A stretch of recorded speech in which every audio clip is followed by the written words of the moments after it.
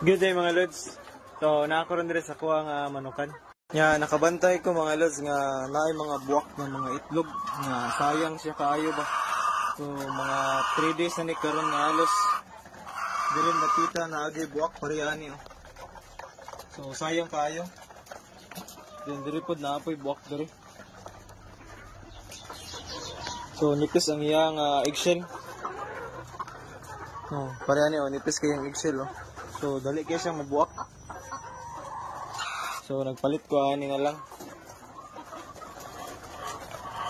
So, ang mixing po dani niya, 3 kg,